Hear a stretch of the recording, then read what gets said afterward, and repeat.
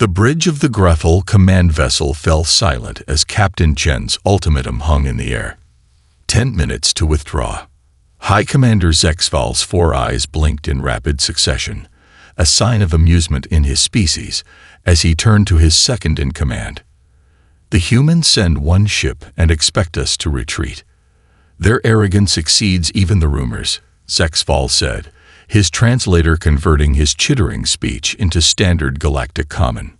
First Officer Krelvor manipulated the holographic display, enlarging the image of the human vessel. Most peculiar, Commander. Their ship design doesn't match any known human configurations in our database. Those protrusions along the hull. Are those weapons systems? Science Officer Trasnau leaned forward, her sensory appendages twitching with curiosity. The energy readings are inconsistent. Our sensors detect power fluctuations that shouldn't be possible for a vessel of that size. Perhaps their systems are malfunctioning. Zexval dismissed their concerns with a casual wave of his upper limb. Enough speculation. The Gruffle Confederacy has conquered 17 systems in half a solar cycle. 1 human ship, experimental or otherwise, poses no threat to our armée. He rose from his command chair, his exoskeleton clicking as he approached the main view screen. The human vessel, HSS Invictus according to its hull markings, hung against the backdrop of stars, seemingly insignificant against the 30 Gruffle warships surrounding it in a perfect hemispheric formation. Establish visual communication, Zexval ordered. Let us see these humans who believe they can stand against the might of our fleet. The view screen shimmed, resolving into the bridge of the human vessel.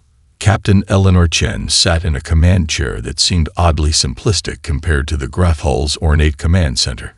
Her dark hair was pulled back tightly, and her expression revealed nothing as she regarded the alien commander. High Commander Zexval, I presume, she said, her voice steady and unimpressed. Your reputation precedes you. Zexval performed the Gruffle gesture of dominance, extending his battle ridges to full display. Captain Chen, your courage is admirable but misplaced. The Proxima Centauri system now belongs to the Gruffle Confederacy. Your presence here constitutes an act of trespass. Chen's expression didn't change. This system is under Earth Federation protection, as outlined in Galactic Accord Designation 7729B. You were notified of this status when your scout ships first entered the system 3 days ago. Zexval's mandibles clicked in surprise before he could control his reaction. How did she know about the scout ships? They had maintained stealth protocols throughout their reconnaissance mission. Your information is incorrect, Captain, he recovered smoothly. This is unclaimed space, ripe for expansion. Your Federation has no jurisdiction here. A small smile appeared on Chen's face as she tapped something on the arm of her chair. Perhaps this will clarify matters. A data packet transmitted to the Gruffle ship, automatically displaying on their tactical screens. It contained detailed scan logs of Gruffle scout vessels in the system, complete with timestamps and navigation patterns. The data was unquestionably authentic. 8 minutes remaining, Commander, Chen said calmly. I suggest you use them wisely. Zexval felt the first flicker of uncertainty, quickly suppressed beneath layers of pride and confidence. He signaled to his weapons officer, who began the power-up sequence for the fleet's forward batteries. A valiant bluff, Captain, Zexval said. But the Gruffle do not respond to threats. Prepare to be boarded. Your vessel and its unusual technology will make a fine addition to our collection. As the Gruffle weapons systems hummed to life, something strange happened. The lights on the human vessel began to pulse in a rhythmic pattern, and previously invisible sections of its hull illuminated with a soft blue glow. Very well, Captain Chen said, her tone shifting from diplomatic to coldly professional. Defense Protocol Omega authorized. Commencing response measures. The 7-minute mark passed as the Gruffle fleet maintained its intimidation formation. Tactical Officer Vrimtok's appendages danced across the control interface, his compound eyes narrowing as he studied the sensor readings. Commander, the human vessel is exhibiting unusual energy patterns, Vrimtok reported, confusion evident in his voice. Their power signature just tripled, but I'm detecting no external venting or thermal discharge. Science Officer Trasnell moved to his station, her exoskeleton clicking softly as she leaned over the display. That's thermodynamically impossible. Energy conversion of that magnitude would melt their hull unless... Her voice trailed off as she recalibrated the sensors. Unless what? High Commander Zexval demanded. Unless they possess technology far beyond our understanding. She finished, her voice hushed. Commander, I recommend caution. These readings suggest capabilities we haven't encountered before. Zexval chittered in dismissal. Your concerns are noted, Science Officer, but the grot hole doctrine is clear. Overwhelming force prevails in all scenarios. He turned to his communications officer. Open a channel to the human vessel. Captain Chen's face appeared once more on the view screen, her expression unchanged from their previous communication. Your time is running short, Captain, Zexval announced, his translator adding appropriate menace to his tone. I offer you one final opportunity to surrender your vessel intact. Resistance will only result in your destruction. Chen raised an eyebrow slightly. High Commander, I note that you've activated targeting systems on your forward vessels.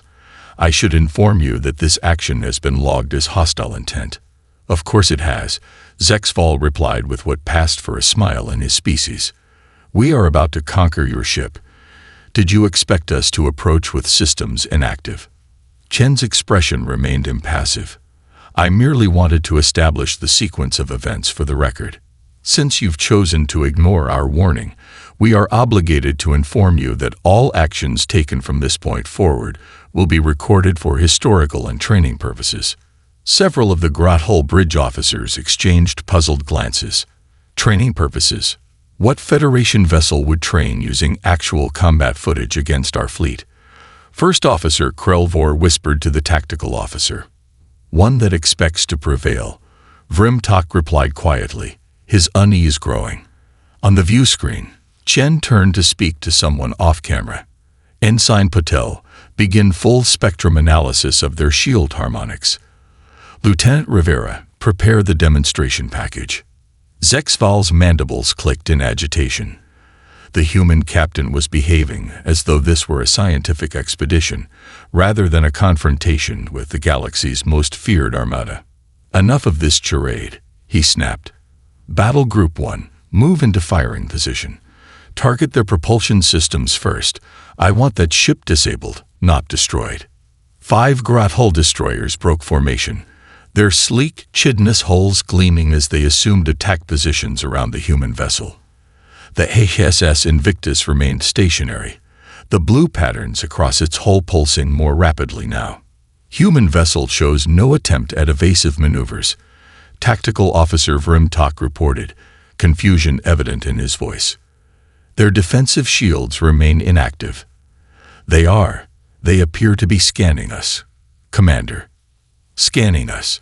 Zexval's inner eyelids flickered rapidly, while we prepare to fire upon them. Yes, Commander. Very detailed scans. They're penetrating our shield harmonics, analyzing our hull composition, mapping our power distribution network. For the first time, a flicker of uncertainty crossed Zexval's features. No species they had encountered possessed scanning technology that could penetrate Grathal shields. It should be technologically impossible. Fire warning shots, Zexval ordered, a note of hesitation entering his voice. Low yield only. Let's see how they respond. The 5 destroyers launched synchronized plasma bursts toward the Invictus.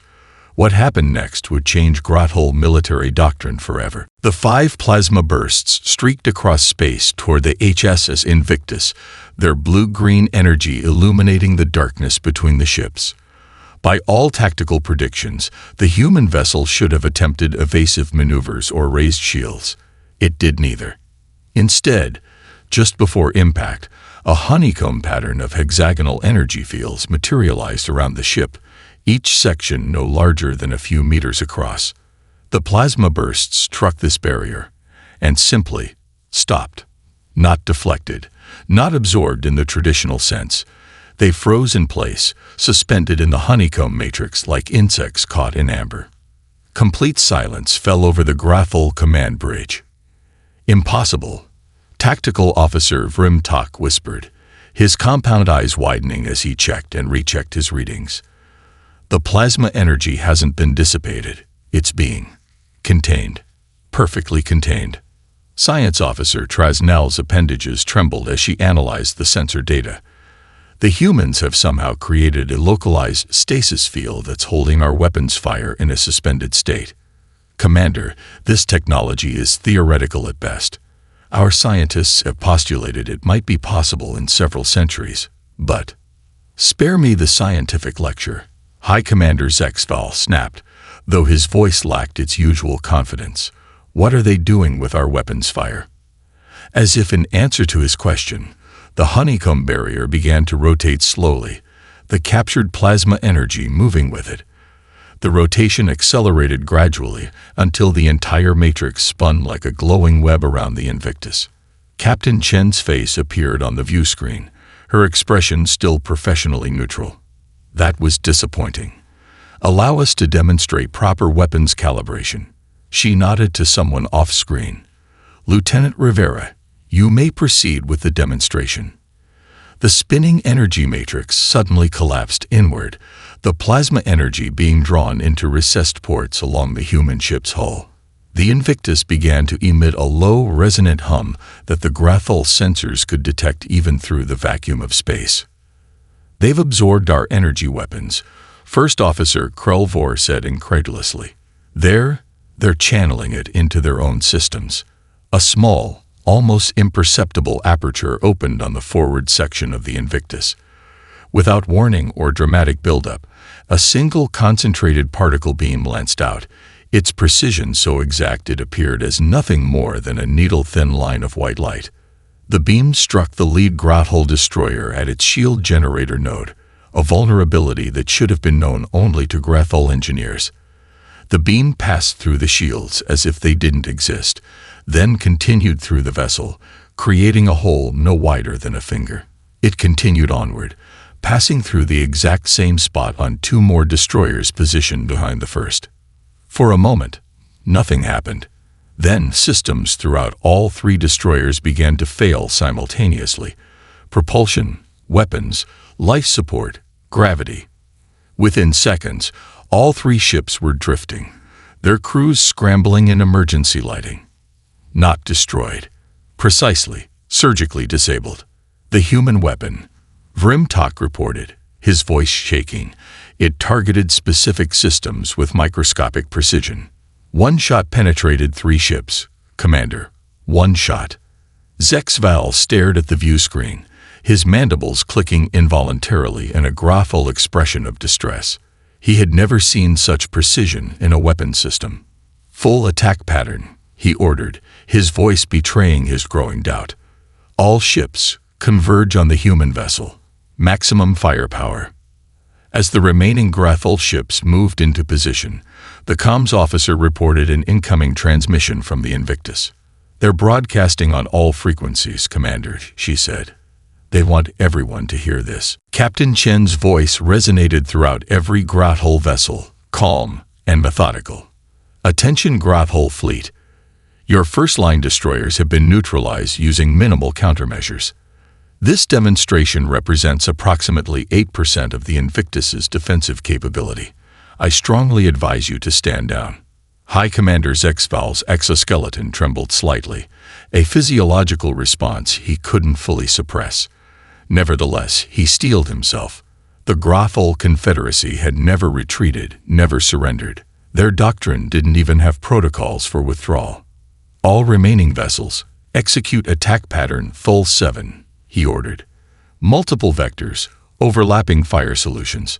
No species can defend against a synchronized assault from 25 warships simultaneously."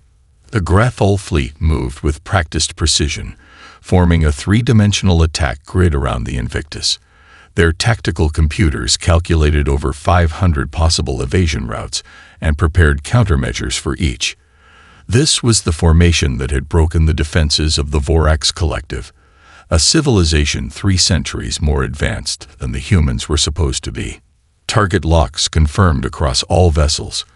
Tactical Officer Vrimtok reported. Firing solution complete. Fire at will, Zexval commanded.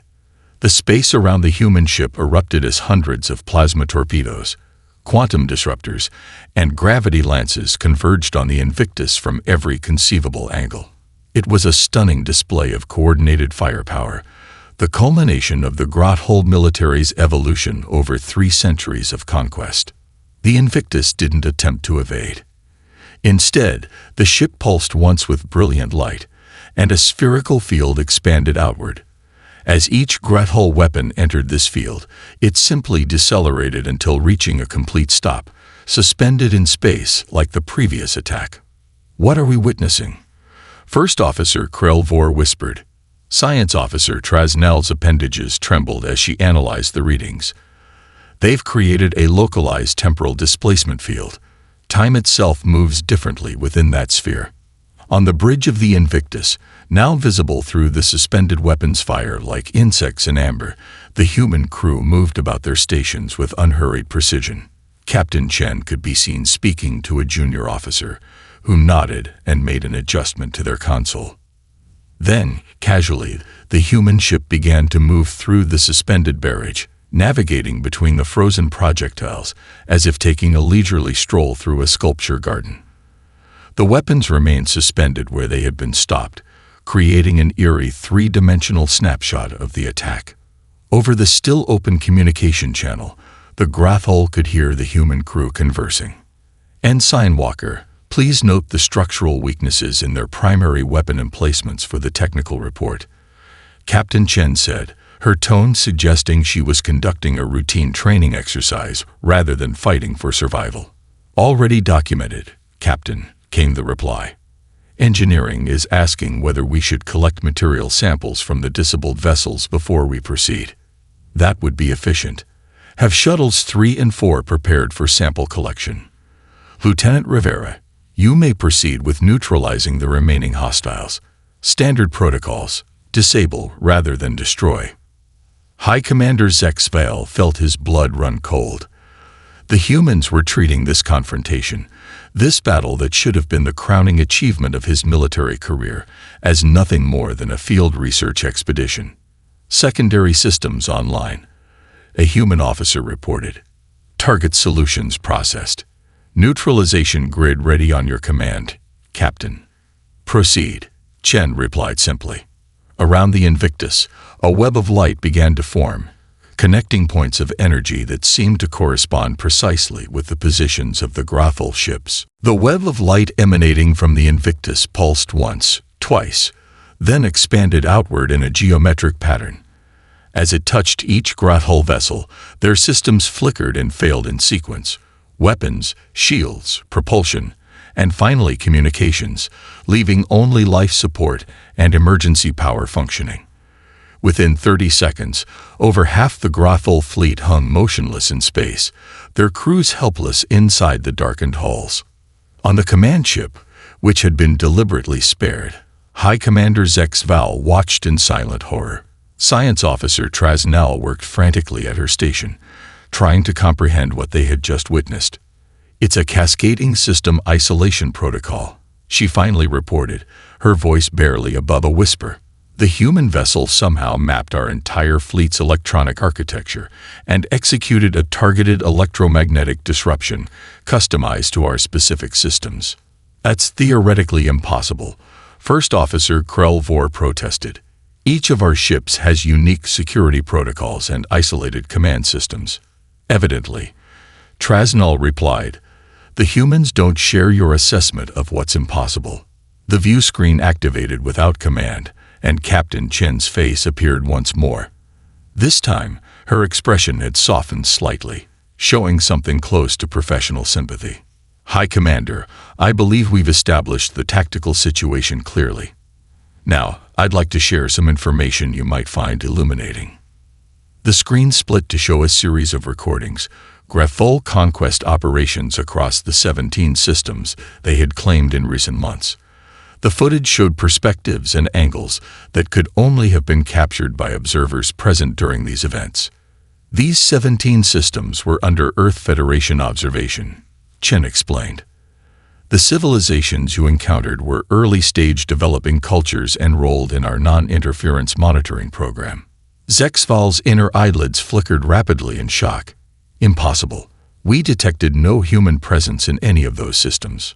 That was by design, Commander, Chen replied. Our observation protocols are specifically engineered to be undetectable to civilizations below certain technological thresholds. The screen changed again, showing multiple hidden observation platforms, some disguised as asteroids, others as orbital debris, and some seemingly phased partially out of normal spacetime. Each recording showed Grathol ships passing directly by these observation posts without detecting them.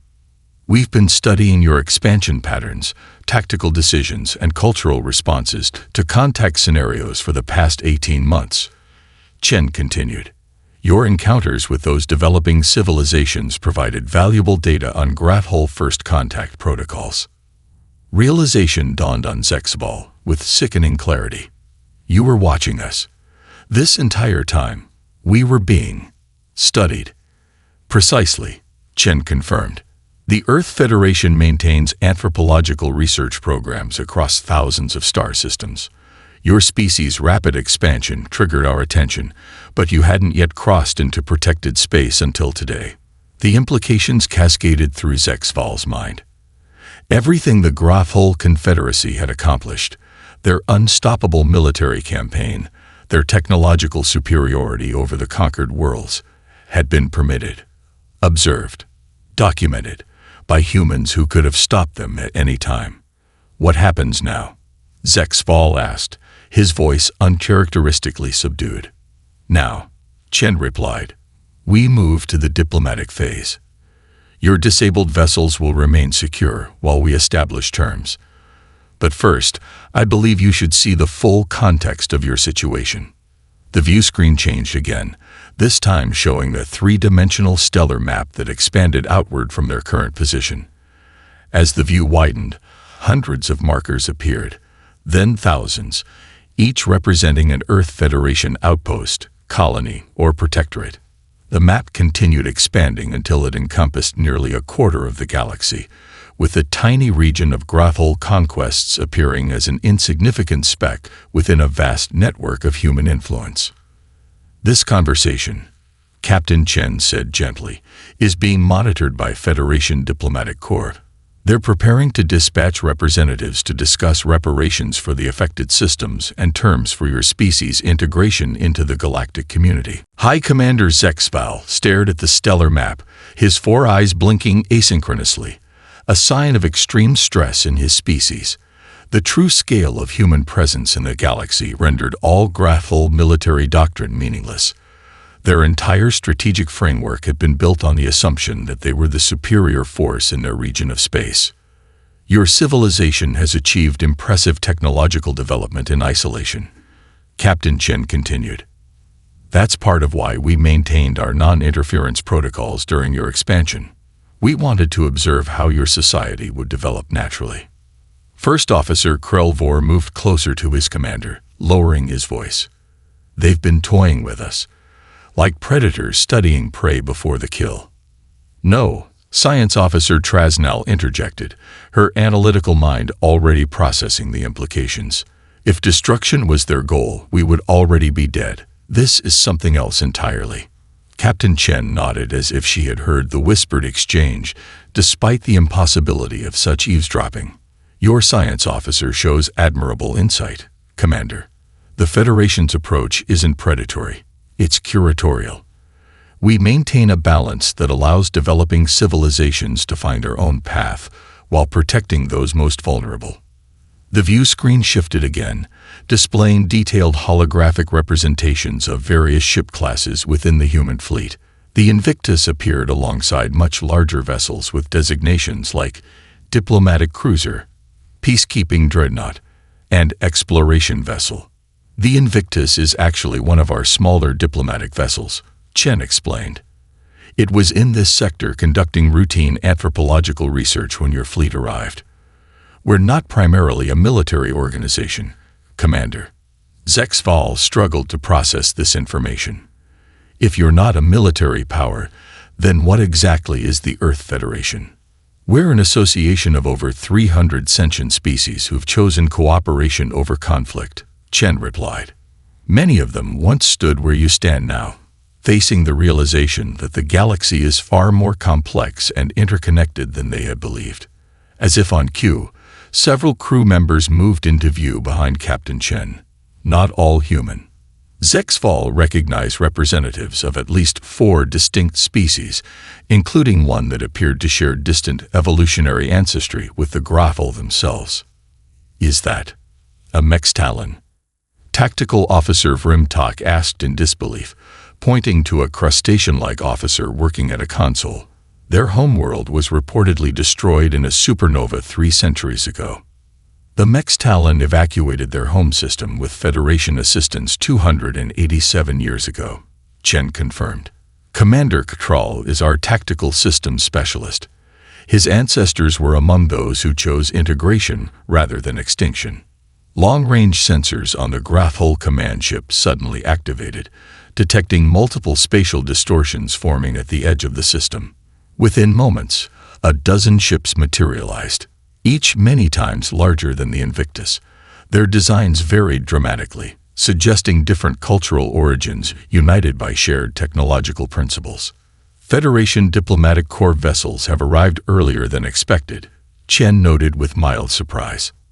Excellent. This will expedite the transition process. Transition? Zexval managed to ask, his voice barely audible. Yes, Commander.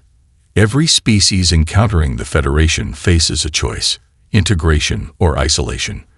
Those choosing integration receive technological, medical, and educational assistance to join galactic society as equals.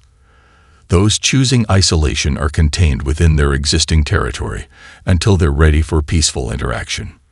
The implication struck Zexval like a physical blow. The Grathul's entire future, their identity as conquerors, their military ambitions, their understanding of their place in the universe, would never be the same after this encounter. Your civilization stands at a crossroads, Commander, Chen said, her voice gentler now.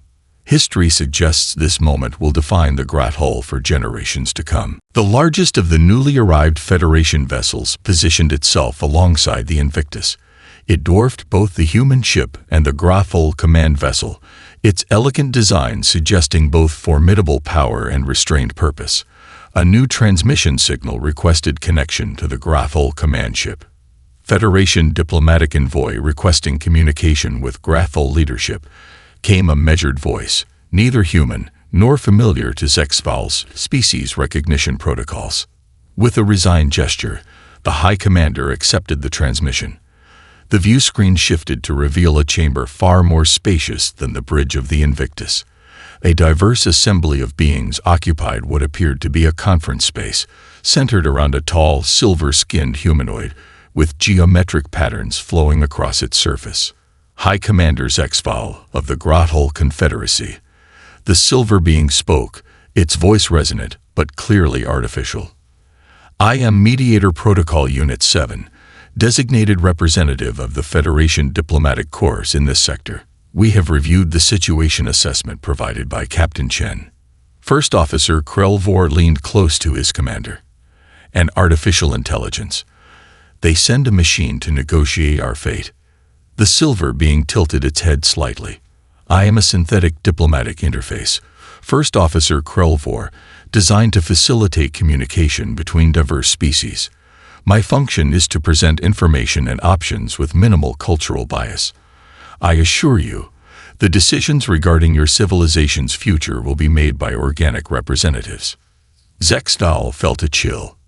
The being had heard Krelvor's whispered comment despite there being no possible way for the audio to have carried. Just how advanced was their technology? The Federation Council has authorized me to present terms for potential Grathhole integration. The mediator continued. First, I must share information you should consider before making your choice. The view screen displayed a three-dimensional projection of what appeared to be historical records. Zexval recognized many species, some known to Grathal intelligence, others completely unfamiliar. The display organized them into categories: integrated, observation status, contained, and extinct. Of the 1,843 spacefaring civilizations encountered by the Federation, 87% chose integration and now participate in galactic governance, the mediator explained. 9% opted for temporary isolation under observation status.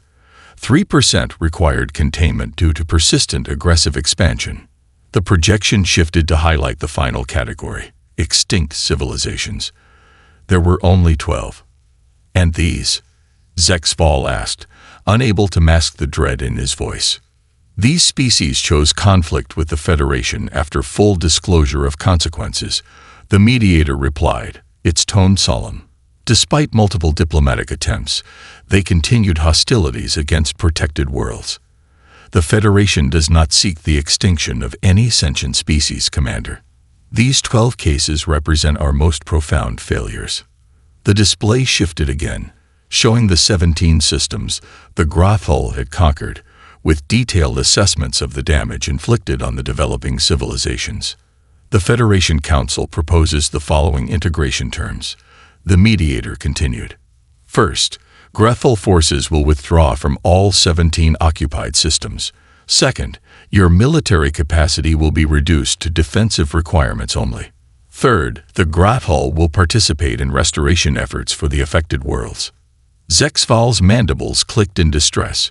And what do we receive in return for this? Capitulation. Full Federation membership, the mediator replied without hesitation. Immediate technological, medical, and educational exchange. Protection under Federation law. And most significantly, purpose. Purpose? Zexval repeated. Yes, Commander. The Grathal's organizational efficiency, adaptive military thinking, and resilience are qualities the Federation values. There are roles within our collective that would benefit from your species' natural aptitudes, roles far more rewarding than conquest. 3 months later, Zexval stood on the observation deck of the Federation diplomatic station orbiting Earth. He no longer carried the title of High Commander. Now he was simply Diplomatic Liaison Zexval, representative of the Grathal Transition Council. His ceremonial armor had been replaced with the more practical Federation diplomatic attire, though he had insisted on maintaining the traditional Grathal color patterns as a reminder of his heritage. The massive window before him offered a spectacular view of humanity's homeworld, a swirling blue-green sphere that had spawned the species that changed everything. Behind him, Captain Chen approached, now dressed in formal Federation diplomatic uniform, rather than her shipboard attire. The Council has approved the final integration protocols, she said, offering him a data tablet. Your people's adaptation has been remarkably swift. Zexval took the tablet, his once aggressive appendages now moving with measured precision. Necessity is a powerful motivator, Captain. When faced with extinction or evolution, even the most stubborn species can change. You weren't facing extinction, Chen corrected gently. Containment would have been the most likely outcome had you rejected integration.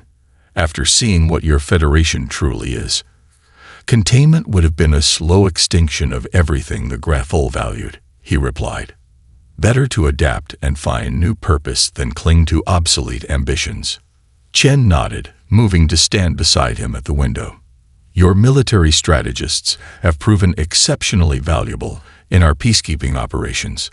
The Grathal approach to tactical problem-solving is quite different from our standard methodologies. We evolved as hive defenders, Zexval explained. For millennia, our ancestors protected their colonies against overwhelming threats. That perspective offers unique insights, even to a civilization as advanced as yours. That's the foundation of the Federation, Chen said. Each species contributes distinctive strengths and perspectives. No single approach is sufficient to address the complexity of galactic civilization. Zexval's inner eyelids flickered thoughtfully. I've been studying human history since our encounter. Your species nearly destroyed itself multiple times before achieving unification. How did you overcome such divisive tendencies? We didn't overcome them so much as channel them, Chen replied. Humans still argue, compete, and disagree. But we learned to direct those energies toward innovation and exploration rather than destruction. A notification chimed on Zexval's communication device. The Graph-Hull Restoration Fleet had completed its preparations and was ready to depart for the first of the 17 systems they would help rebuild. Many of the same warriors who had conquered these worlds would now work to heal the damage they had caused. There's something I've wanted to ask you, Zexval said as he prepared to leave. That day when the Invictus confronted our fleet, you could have destroyed us immediately. Why the demonstration? Why give us the chance to witness your capabilities before offering terms? Captain Chen smiled slightly. That's standard Federation first contact protocol with expansionist military species. We found that civilizations with conquest-oriented cultures need to experience definitive evidence of technological disparity before meaningful diplomatic dialogue becomes possible. You needed us to understand we couldn't win, Zexval summarized. We needed you to understand there was nothing to win, she corrected. The galaxy isn't a prize to be claimed. It's a community to be joined. As Zexval departed for his ship, he passed through the station's educational center. A group of young beings from various species, including several Graph-Hull children recently arrived from their homeworld, worked together on a stellar cartography project. One human child was helping a Graph-Hull youngster understand the Federation navigation protocols, their differences forgotten in the shared excitement of discovery. In that moment, Zexval finally understood the true power that had defeated the Graph-Hull fleet. Not the advanced weapons or impenetrable shields of the Invictus, but the revolutionary idea that cooperation could be stronger than conquest.